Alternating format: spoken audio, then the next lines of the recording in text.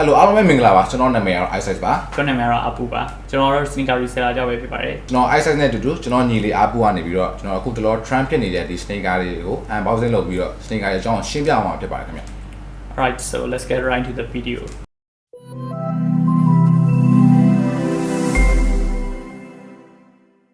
Guys အနေနဲ့ဒီက sneaker လေးပေါ်ကြနေတယ်ကျွန်တော်ကတော့အခုတလောပါဒီ Yeezy 700လေးတော့တော်တော်လေးသဘောကျတယ်ဒီကောင်လေးကကျွန်တော်အကြိုက်လေးဖြစ်ဆိုတော့ဒီကောင်လေးပါရင် unboxing ကြီးစပြီးတော့လုပ်လိုက်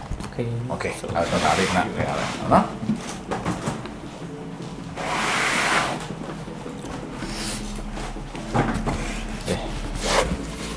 ဒီကောင်လေးကYeezy 700ဟို deck glow ပေါ့နော်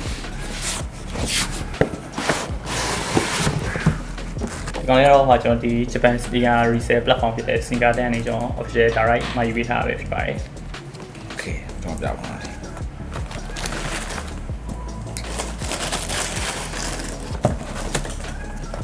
这嘛တော့ကျွန်တော်ဒီ sneaker wrapping paper လေးရှင်းမယ်ပြီးတော့ဒီ different layer တော့ဒီ extra lace နောက်တစ်ခုပုံနေကျွန်တော်လာတယ်ပေါ့နော်။အော်ဒီကောင်ကဒါ extra လေးပါသေးတယ်။ Okay extra လေးမှကျွန်တော်ဒါအောင်နော်။ extra လေးပေါ့။ extra လေးပေါ့။ အပြီးတော့ different လေးမှာထူးခြားတာတစ်ခုရှိတာဒီကောင်လေးကYeezy deck glow ဆိုတဲ့နာမည်တိုင်းသူကအမောင်ထဲမှာရောက်ရင်တော့သူက color လေးတော့ change သွားမယ်ပေါ့နော်ဒီအပေါ်ကဒီ frame လေးပဲဖြစ်ပါတယ်ဒီကောင်ရဲ့ထူးခြားချက်ကတော့ဒီ frame လေးတွေကကျွန်တော်တို့အမောင်နဲ့ရောက်သွားတဲ့ခါကျရင်ကျွန်တော်တို့အရောင်လေးပြောင်းအောင်မှာဖြစ်ပါဘူးเนาะအရောင်ကကျွန်တော်ကဘယ်လိုမျိုးစုံပြောင်းတာဒါမှမဟုတ်တရောင်နဲ့ပြောင်းတာတရောင်နဲ့ပြောင်းစိမ်းနူးရောင်လေးတရောင်နဲ့ပြောင်းပါတော့เนาะဒီကောင်ရဲ့ထူးခြားချက်ကတော့ဒါတော့ဒီကောင်လေးကစိမ်းနူးရောင်လေးလုံးဝပြောင်းသွားဒါတော့ဒီကောင်ရဲ့လုံးဝထူးခြားချက်ပေါ့ပြီးတော့ဒီ700 series မှာဒီကောင်လေးကဒီ version 3ပေါ့နော်700 series မှာဒီ version တွေအများကြီးရှိရဲကျွန်တော်တို့ဒီကောင်လေးကboost တော့မပါဘူးဒီ Yeezy ပဲဖြစ်ပါတယ်အဲ့ဆိုရင်ဒီကောင်လေးအကြောင်းတော့ကျွန်တော်ပြေးဆုံးသွားဆိုတော့နောက်ထပ်ကျွန်တော်ဒါဒီကောင်ပြီးသွားဆို Air Jordan လေးအကြောင်းဆက်ပြီးတော့ထောက်လိုက်မယ် brother Okay အဲ့ကျွန်တော်ဒီကောင်လေးတင်ပြမယ် Okay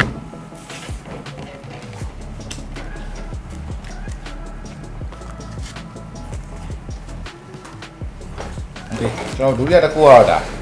Air Jordan လေးပေါ့ဒီ Air Jordan ကတော့ဒါ brother ကြိုက်လေးတွေမှာလည်းပါတယ်ဆိုတော့ဒီကောင်လေးကျွန်တော် unboxing လုပ်လိုက်အောင်ဒီကောင်လေးတော့Air Jordan 1 လို့ football grade aluminum ပေါ့နော် woman အနေနဲ့ release ထားတယ်ဖြစ်ပါတယ်ဒါပေမဲ့ဒီ Asia ဘက်မှာကကျတော့ UNC လို့လည်းခေါ်ကြအများကြီးဗျကျွန်တော်ဒီ color လေးတော့ချင်တယ်ခဲရောင်လေးနဲ့မှဒီကောင်အပြာနုလေးပြာနုရောင်လေးဟုတ်ဒီကောင်အပြာနုရောင်လေးကိုမှဒီကောင်ကဒီခဲရောင်လေးနဲ့တွဲပြီးတော့ထုတ်ထားဆိုတော့မင်းကလေးကြိုက်တော်လေးကိုမင်းကလေးကတော်တော်လေးကိုသဘောကျမယ်လို့ကျွန်တော်လည်းနေဒါလုံးဝဒီကောင်လောက်ထားတဲ့ material လေးရတယ်အကုန်လုံးကကောင်းပြီးသားပဲဆိုတော့လေဒီ two box ဒီ limit နာမဆိုတဲ့အတွက်ဒီဆွေးသားကိုတုံးထားပါတော့ဂတိပါလို့ဟိုအဲ့လိုနည်းနည်းညံ့လေးပေါ့နော်တော်လေးကောင်းတယ်အဆင်ပြေပါကောင်မလေး present ပေးလို့ရတယ်ကောင်မလေးကို present ပေးခြင်းဆိုတာကျွန်တော်ဆက်သွယ်လိုက်တော့ဟုတ်ချက်ချင်းပဲ Okay အဲ့ဒါဆိုရင်ကျွန်တော်ဒီကောင်လေးပြီးသွားပြီဆိုတော့ကျွန်တော်တို့နောက်ထပ်ဆိုတော့ Yeezy ပဲထပ်ချမယ်ကျွန်တော်က Yeezy fan ဆိုတော့ Yeezy လေးပိုပြီး unboxing လုပ်ပြပိုပြီးတော့သဘောကျအောင်နော်အဲ့ဆိုရင်ကျွန်တော်ဒါကတော့ဒီ Air Jordan လေးပြီးသွားပြီဆိုတော့ခုနကကျွန်တော်တွေ့လိုက်တဲ့ Yeezy 700အတွက်နောက်တစ်ခုတွေ့လိုက်တယ်ပြောတာအဲ့ဒါလေးကရောကျွန်တော်တို့ပုံစံမတူဘူးဆိုတော့ဘယ်လိုလေးမှဖြစ်လဲကျွန်တော်အရင်သိချင်တယ်အဲ့ဒါလေးကျွန်တော် unboxing လုပ်လိုက် Okay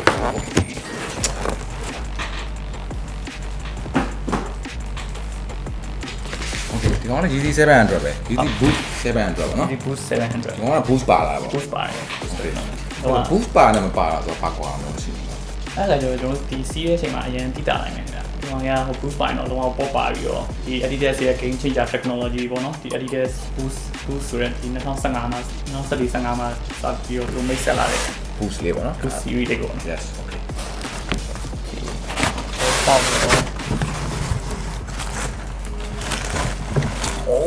ရှမ်းမိုက်တယ်ဒီကောင်လေးကကိုကျွန်တော်လက်ဆောင်လိုအားရโอเคဒီကောင်လေးအကြောင်းကျွန်တော်ချက်လောက်ပါလားနည်းနည်းလေးရှင်းပြအောင်ဒီကောင်လေးကကျွန်တော်ဒီကောင်လေးအခုမှဒီသဘောကျအရင်တော့တိတ်သဘောမကျဘူးအခုမှအနီးကတွေ့ရတဲ့အခါကျဒီကောင်လေးကတော်တော်လေးသဘောကျဖို့ကောင်းတယ်ဗျာဒီကောင်ရတော့ဒီ Yeezy 700ကိုစတင်ပြီးတော့ introduce လုပ်ခဲ့တဲ့ဒီ model series လေးပေါ့နော် Boost technology ပဲပထမဆုံးစတင်700မှာကျွန်တော်တို့စသုံးခဲ့တဲ့ series လေးဖြစ်ပါတယ်။ color wheel ကလည်းတော်တော်လာရပါတော့။ နောက်ပိုင်းမှာဒီ color ဒီ series ပေါ်မှာမူတည်ပြီးတော့ဒီ Puma တွေဘာတွေအလုံးအောင် copy light ထုတ်တဲ့ model တွေအများကြီးရှိခဲ့ပေါ့နော်ဒါပေမဲ့ဒီကောင်ရတော့ drop မိုက်ပါတယ်စစားထွက်ခြင်းကတော့ဒီကောင်လေးကဟို2017ပေါ့နော်2019မှာကျွန်တော်တို့စပြီး release ခဲ့တယ်ဒါပေမဲ့ဂျားထဲမှာသူတို့ restock တွေပြန်သွင်းရတော့မရှိဘူးပေါ့နော်ဒီ2022မှာသူတို့ပြန်ပြီးတော့ restock သွင်းခဲ့ရပဲဖြစ်ပါတယ်ဟောဒီကောင်လေးကရှမ်းမိုက်တယ်နော် extra lace တွေတော့အပူမပါတော့ဘူးပေါ့နော်ဒီကောင်လေးရဲ့ဘယ်လို price ကဘယ်လောက်လောက်ရှိနေလဲခံမှန်းကြည့်ပေါ့သူကဒီ retail price ကို green ဟိုကဒီ350 series နဲ့နည်းနည်းလေးပုံများတယ်ဗျာအဲဒီကောင် market price ပေါက်စီရဆိုရင်တော့ဒီကောင်9သိန်း8သိန်းအကြကြီးမှာ run နေရပါတော့။အော် okay ဒီကောင်လေးကဆိုးတော့မဆိုးတော့နော်။ Okay ဟုတ် Okay အဲဆိုရင်တော့ကျွန်တော်တို့ Yeezy Boost 700လေးလည်းပြပွားရဆိုတော့ကျွန်တော်ဒီနောက်ကကျွန်တော်ဒီ Air Jordan လေးတော့နည်းနည်းစိတ်ဝင်စားရပါဒီကောင်လေးရောကျွန်တော်ဖောက်ကြည့်လိုက်မှာဟုတ်ပြီဆိုတော့ Okay cool ကောင်လေးကတော့ခုနက Jordan ဆိုင်လေးတကြည့်နေတော့ယောက်ျားလေး size ဖြစ်ဖို့များတာပေါ့နော်။ Okay brother ကျွန်တော်စလာဖောက်ရှင်ကျွန်တော်ဒါခုနပါတဲ့ဟာလေးပေါ့နော်ကျွန်တော်တို့ကပါမယ်သူရဲ့ဒါတော့ဒီ wrapping paper မှာကျွန်တော်စပြီးတော့တတိထားမိရပေါ့နော်ဒီ Jordan 6 series လေးမှာကကြတော့ဒီပါလုံးဝစီမံကာလာဝေးနေတယ်ဆက်ရှင်တွေ့ရမှာတော့ဒီငယ်ကြိုက်လို့လည်းများတယ်ပေါ့နော်ချိုး30 40လောက်ဒီချိုးကြောဒီမှာလာ order တွေရှိရတယ်ချိုးရေးခဏလောမစနီကာဆက်တီကြိုက်တယ်ဒီဖနက်ကတော်လေးမိုက်တယ်ပြောတော့ကျွန်တော်အနေနဲ့ဆိုတော့ဒါအခုမှမြင်ဘူးပါပေါ့နော်။ကောင်လေးကညီလေးနဲ့ဖြူလေးနဲ့ဆက်နေဖြူနေ right ကျွန်တော် team red တွေအတွက်ဒီကျွန်တော်ဒီအောက်ကဆိုလဲ IC ဆိုးလေးနဲ့တော်တော်မိုက်တယ်လူဂျမန်လူကိုလေးလည်းပါတယ်ကောင်လေးကတော့တကယ်လာလုံးဝ heavy ပေါ့နော်ဒီကောင်လေးကကြောက်တော့ပါလားဒီကောင်လေးကဒါလေးကကြောက်တော့extra least ဖြုတ်ကြမလို့တော့ဘောနော်တခါရဲမှာတူနဲ့တူချီကြမလို့ဒီကောင်လေးကလုံးဝတူပါတော့ဒါခဏချိုးချီကြမလို့တော့ဗနဲ့ဟိုမှာတော်တော်လေးလွတ်လပ်သွားတယ်ပေါ့ဒီ Jordan 6 series ကဒီဘတ်မန်ကားထဲမှာသူတို့စပြီးတော့လုပ်ခဲ့တဲ့ခဏအရှိတဲ့သူတို့ရှိရပေါ့နော်ဒီ Jordan 6 series နဲ့ဘတ်မန်ကိုစမ်းသူရဲ့ဒီဟိုဝီယုံသူတို့မှာအောက်မှာJordan ဟိုထုတ်တာကြီးဒီ6 series နဲ့Air Jordan Air ပေါ့right ဟော Air Jordan Air ဒီမှာကျွန်တော်ဒါနောက်မှာ Nike Air ဆိုပြီးတော့ဒီ logo လေးပါမယ်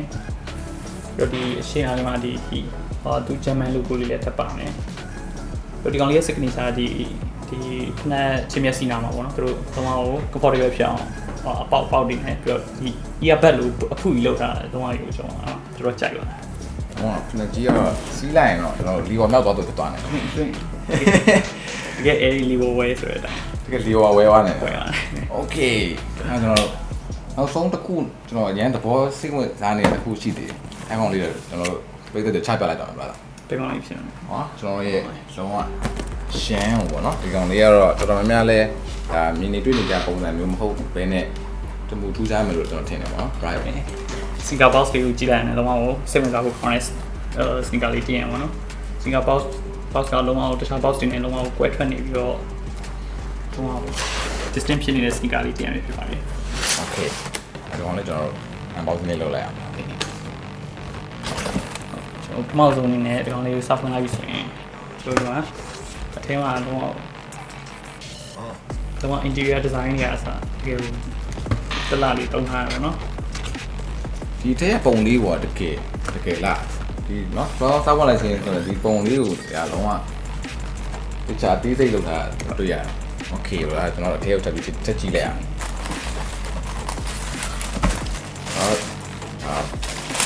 ဟုတ်ကျွန်တော်ထွေးထားတာတစ်ခုရှိတာဒီကောင်က wrapping paper မှာစသချင်းသူတို့ကြောင်းပြန်လုပ်ထားတယ်ပေါ့နော်ကြောင်းပြန်ကြီးလုပ်ထားတယ်ပြောဒီမှာအကြောင်းလေးရတယ်နော်โอเคဒီကောင်ကတော့ကျွန်တော် stock case ကနေ order ပေးထားတာပေါ့နော် New Balance 574 series နဲ့ဒီ American designer ဖြစ်တဲ့ Selby Banbury နဲ့ collect ထားတဲ့ The Yes series ဒီ two pack တွေကဒီအမဲအောင်ရှိမယ်ပြီးတော့နောက်ထပ်ဒီ colorway လေးရှိမယ်ပေါ့နော် Universal Communication Walkway White ပေါ့နော်ဒီကောင်ကြီးကတော့ ကောင်လေးကဒါလေးကထူးကြရပါတော့နော် ဒီကောင်လေးကလုံးဝဒီဖက်ရဲ့ signature အနေနဲ့သူ release တာပေါ့နော်နောက်က whistle လိုမျိုးမှာကျွန်တော် whistle mode ရလို့တော့ပြလာဒါပေမဲ့ကျွန်တော်တို့မ try ဘူးသေးဘူး ကျွန်တော်ပဲ try လိုက်တော့မယ် Okay ဒီကောင်ကတကယ်ကျွန်တော်ကန်ကြည့်တာနဲ့ဒီကောင်ကြီးကဘယ်လိုလုပ်ရမလဲကျွန်တော်ဒါစရုပ်ဖက်နဲ့ကြီးလိုပဲပေါ့နော်သူရဲ့ design ကလည်းသူလောက်ထားတာကျွန်တော်တုံတန်ဖက်နဲ့လည်းမတူကျွန်တော်ဒီနောက်လေးမှာဆိုရင်လည်းသူကအနောက်လေးကိုပို့ပြီးတော့အားပေးရပြီးလောက်ထားတယ်ဒီ whistle လေးပါမယ်ပြီးသွားရင်ဒီကောင်ရဲ့ဒါတစ်စိတ်လေးပေါ့နော်သူကစိတ်လေးကျွန်တော် balance logo လေးပါမယ် ဒီအောက်ကတော့ကျွန်တော်ဒါလုံးဝနော်ကျွန်တော်ပြောလို့ပဲလုံးဝနင်းလိုက်တော့အထက်ကအသားလည်း ကျွန်တော် comfort ဖြစ်တယ်ပေါ့ဒီကောင်လေးတော့ပေါ်ကြရပါလားကျွန်တော်အခုမှကောင်းမွန်ကြောင်းလေးမြင်ဖို့ပါဆိုတော့ ဒီကောင်လေးမှာကြည့်ရတဲ့ခုရှိတာသူက material တွေအကုန်လုံးတော်တော်ကြီးကိုဝယ်ထွက်တယ်ပေါ့နော်တော့မတူညီတဲ့ material တွေတော့များသုံးထားတယ်ဆိုးရစားလုံးကြောင်းလုံးဝ distinct ဖြစ် Okay အဲ့ဆိုရင်ကျွန်တော်တို့ဒီနေ့ဒါကျွန်တော်တို့အခုလော trend ဖြစ်နေတဲ့ဒီ sneaker လေးတွေကိုကျွန်တော်တို့ unboxing လုပ်ပြပါဖြစ်ပါတယ်ကျွန်တော်နောက်ထပ်လာမယ့် video တော့မှလည်းကျွန်တော်တို့မတူတဲ့ sneaker တွေကိုကျွန်တော်ထပ်ပြီး unboxing လုပ်ပြပါဖြစ်ပါတယ်ကျွန်တော် iSign နဲ့တူကျွန်တော်ညီလေးအားပူကနေပြီးတော့နောက်ထပ် video တွေမှာလည်း unboxing ထပ်ပြီးတော့လုပ်အောင်ဖြစ်ပါတယ်အဲ့တော့အားလုံးပဲကျွန်တော်ကျေးဇူးအများကြီးတင်ပါတယ်ခင်ဗျ Okay ပါကျေးဇူးပါ